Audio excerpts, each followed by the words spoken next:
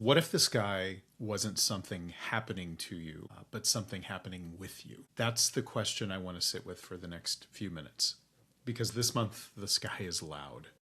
We've got Chiron stationing, 5 personal planets changing signs, a total solar eclipse, a partial lunar eclipse, and a cazimi. It's a lot of activity, and every single bit of it is an invitation.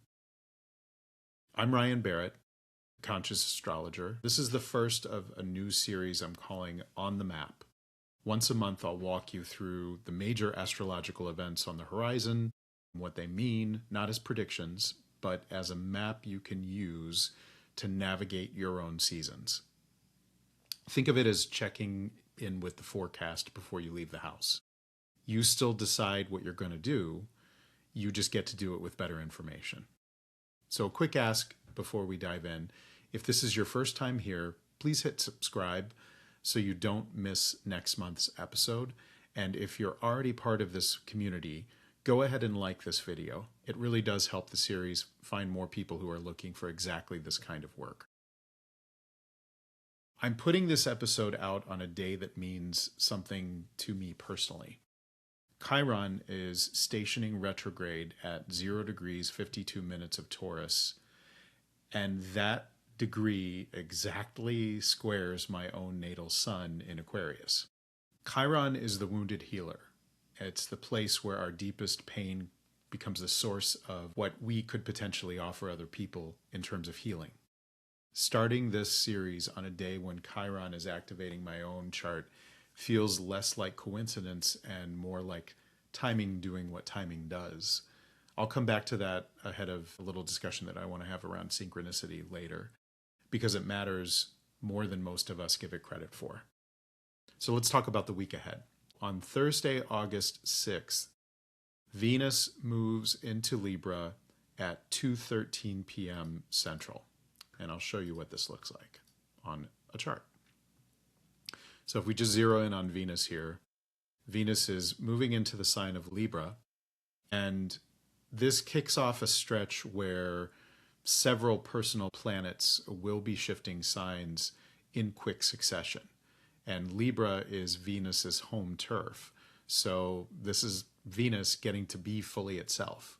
This is Libra Venus to the fullest. Expect a pull towards beauty, balance, and relationships will likely come into focus with Venus sitting in its native sign. One thing to point out here as we look at the chart for that time, Venus is making some interesting aspects to other parts of the chart. This is specifically the chart for this moment. And so one of the things that I find interesting is that we've got Venus in a hard aspect to Mars. So coming into this sign of Libra, where Venus is seeking companionship, it's seeking collaboration, peace in relationships and with others. What this could mean is the resolution of some challenges regarding communication around relationships as we move into, out of the square and moving towards a trine. The other thing that's interesting to note is that Venus will be, over the course of the next few days, moving into a trine with Pluto as well. So just something to pay attention to in terms of regenerating some of the breakdowns that might have been happening within relationships. That same day at 10:36 p.m. Central, Mercury's retrograde shadow finally ends at 26 degrees 15 minutes of Cancer. Mercury stationed direct back on July 23rd, but if your thinking has felt foggy or if communication has felt like it's been moving through molasses over the course of the last couple of weeks, this is the moment that fog starts to lift. A few days later, on Sunday, August 9th, Mercury is moving into the sign of Leo, where it's joining Jupiter and the Sun for the balance of most of this month until the 22nd.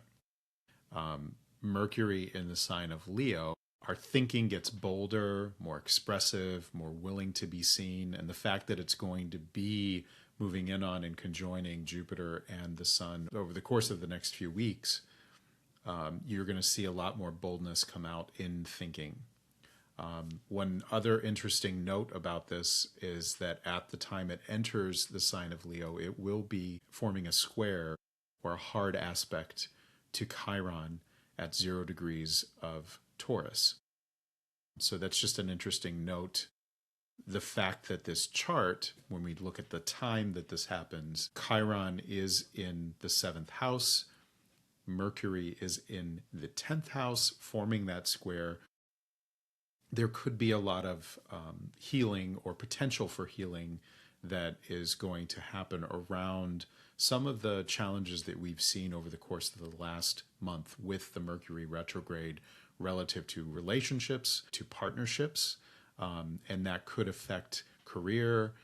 So this is a time to be a little bit bolder with your actions, but I would caution going right into that, given the fact that we've got Mercury squaring Chiron. Really, this is a time to maybe take stock of any of the collateral damage that happened during this Mercury retrograde relative to your relationships or partnerships, and decide what you want to do with that. And then on Tuesday, August 11th, Mars moves into Cancer at 3:30 a.m. Our drive and our instincts start to operate through a more emotional, protective lens. When we talk about Mars, we're talking about willpower, drive, we're talking about initiating things. And then in the sign of Cancer, it's talking about that more emotional lens.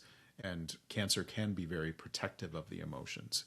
What I find interesting with this chart is that you've got Mars in the 12th house. What we're talking about here is maybe making more effort around spiritual endeavors, maybe taking a step back, taking a beat, contemplating a bit more about where our actions might have hurt others and where we need to focus on and initiate healing within ourselves. And sometimes that means taking a step out of the world around us so that we can sort of go into the cocoon and prepare for what's next.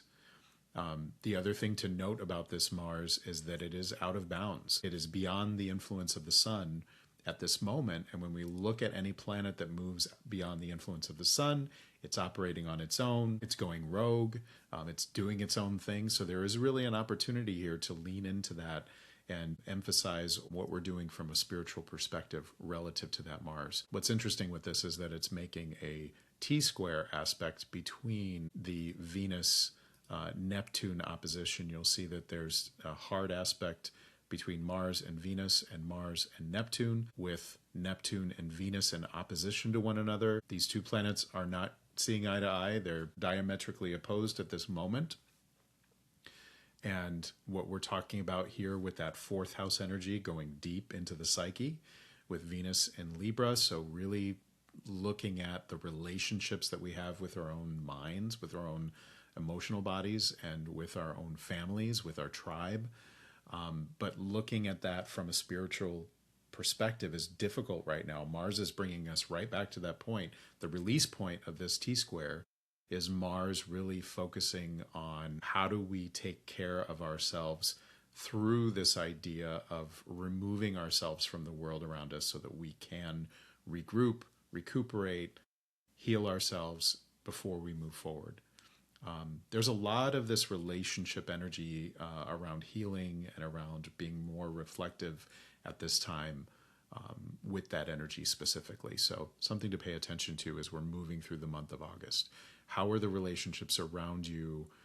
How have they been affecting you? What needs to heal right now? What needs to move forward? Very important to understand that. And this is leading us up to what you've probably been hearing about if you've paid attention to any astrology on social media. This is something that's being discussed right now. On Wednesday, August 12th, we arrive at the start of this eclipse season, and that is the total solar eclipse on Wednesday, August 12th. At 12:36 p.m. Central, we get a total solar eclipse at 20 degrees, 1 minute of Leo, sitting on the south node, or the descending node. I'll just highlight it here so you can kind of see what's going on here. Here's what I want you to think about the eclipses, or eclipses in general. They're accelerators. A new moon or a full moon that happens near the lunar nodes moves faster and hits harder than an ordinary lunar cycle. Things that have been quietly building can suddenly become undeniable. Endings that were overdue can arrive all at once. And because this eclipse sits on the south node, the flavor here leans towards releasing something that is time to move on. So the south node eclipses tend to ask us, what are we ready to let go of? What habit, what old identity, what source of external validation has been cluttering the space where something truer wants to live? It's about noticing what's already loosening its grip and choosing to let it go with some grace instead of sort of being dragged through the mud in the process. Evolutionary astrology has its own language for this. Solar eclipses tend to bring intense, accelerated beginnings, and those beginnings are almost always preceded by an ending that had to happen first. The house where this eclipse sits in your own birth chart tells you exactly where that clearing is showing up. If it touches your natal sun, you may find yourself being pushed or into more visibility than usual. Maybe being asked to claim something about yourself out loud. If it touches your natal moon, it can bring a wave of emotional exposure that ultimately points you towards something steadier in terms of your sense of security. And here's the part I want to really make sure you hold on to. Even with all of that eclipse intensity, you are never a passenger. The energy is real, but what you do with it is still yours to choose. I was scrolling through Instagram today and ran across a few reels that really spoke to this, but the one that stood out to me and spoke to my soul was Ian Levinsant saying, "I dare you to stop negotiating with smallness." And I think that's perfect for this Leo total eclipse. Leo asks you to be big. So where have you been negotiating with smallness in your life? This eclipse is going to bring that into full view and shake it up. So a quick note, I did look up the Sabian symbol for this particular eclipse, and this is Dane Rudhyar's an astrological mandala, the cycle of transformation, and its 360 symbolic phases. So just a quick note on what a Sabian symbol is. It's a descriptive scene or image that is assigned to each degree of the zodiac, and it sort of adds a layer of specific meaning beyond just the sign and the degree. So at 20 degrees, 1 minute of Leo, which is where the total solar eclipse is happening, we round up to the 21st degree for the Sabian symbol, which is intoxicated chickens dizzily flap their wings trying to fly. The keynote here is the often negative and at times ludicrous first experience with spiritual teachings. Kind of an interesting layer of symbolism that can be placed on this particular degree, and it's kind of interesting for the big event like this. Sometimes it's interesting to just get another layer of meaning that might be around that. On Saturday, August 22nd, at 9:18 p.m. Central, the sun moves into Virgo. After the intensity of the beginning of this eclipse season, Virgo season tends to bring a craving for order, refinement, and a useful daily rhythm. In the first half of the month, that was all cracked open. Moving through the sign of Leo, the sun is asking us to be bold, to be assertive with our authenticity, to wear our heart on our sleeve. And as we move into the sign of Virgo, this is now the energy that helps you sort through the stuff that's left and build something workable out of it. So refinement. And then on August 27th, that's a Thursday, at 11:19 p.m. Central, we get a partial lunar eclipse at 4 degrees and 54 minutes of Pisces. And what's notable about that is that we have Uranus right on the ascendant of the chart. So something new is coming into being. There may be some shocking revelations at this time. But what I would say, with Uranus on the ascendant, Uranus is shaking things up as well. And this planet in particular really asks us, who would we be if we were not shaped by our outside influences? Who would we be if society around us did not influence who we were? Who are we at our core, and how does that come out? So this next series in the eclipse season is really asking us to claim our own authenticity, to be bold about who we are, having a sense of freedom about that. This could also mean disruption in communications because we have this in the sign of Uranus is sitting in the sign of Gemini. Mercury reaches cazimi at 4 degrees 26 minutes of Virgo, and so it is, in the heart of the sun. Cazimi happens when a planet sits within 17 minutes of arc of an exact conjunction with the sun, close enough that instead of being weakened the way a planet is when it simply combusts in conjunction with the sun, excuse me, it's protected, and according to Stephen Forrest's framework, empowered by the sun. So Mercury cazimis happen about 6 or 7 times a year, and so this is part of a regular rhythm that we get to work with pretty often. Mercury cazimi in particular tends to sharpen mental focus, and with this in the sign of Virgo, we're also talking about refinement.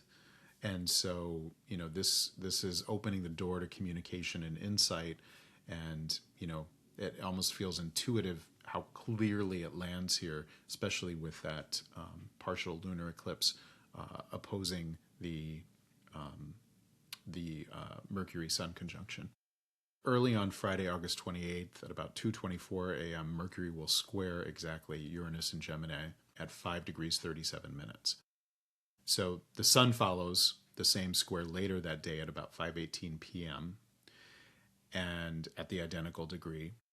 And squares create friction, and friction is often exactly what shakes something loose that's been stuck. So paired with a Mercury cazimi the day before, this is really looking at that stretch between the day before and the day of, when those two squares become exact. This is the potential to bring a genuinely useful jolt of clarity, even if it doesn't feel comfortable while it's happening. So something to look out for if you have anything at 4 or 5 degrees, 6 degrees of Pisces, Gemini, or very specifically in Virgo, because we're talking Virgo season here. Everything I just walked you through is happening in the sky above all of us. But astrology only becomes useful once you bring it home to your own chart. So the same eclipse that lands in one person's house of career might land in another person's house of relationships. The same Chiron transit that is squaring my sun right now might be trining yours. And this is just a note to say the weather is shared. How it shows up in your life depends entirely on your own personal blueprint. I want to close with something that ties all of this together, and it's the concept of synchronicity. Carl Jung described synchronicity as a meaningful coincidence, moments when outer events and inner experience line up in a way that feels significant, even though there's no casual link connecting them, or no logical link connecting them. Richard Tarnas has spent decades exploring how this shows up in astrology specifically. His argument is that synchronicities can act as a kind of psychological compass, and they nudge us toward wholeness, offering glimpses of something larger than our everyday awareness usually lets us see. And that's really what this whole series is about. It's looking at a map that helps you notice the meaningful overlap between what's happening in the sky right now and what's happening in your life, so you can move through it with a little more curiosity and a lot more intention. Now, if you want to understand exactly how much of this is landing in your own chart, that's the work I do one-on-one with clients. I'll leave the link below. And if you got any value out of this, please do me a favor and hit the like and subscribe buttons if you haven't already. That way you won't miss a future update, and it really does help me and this series grow. Know the sky, know yourself, and stay curious. I'll see you on the map.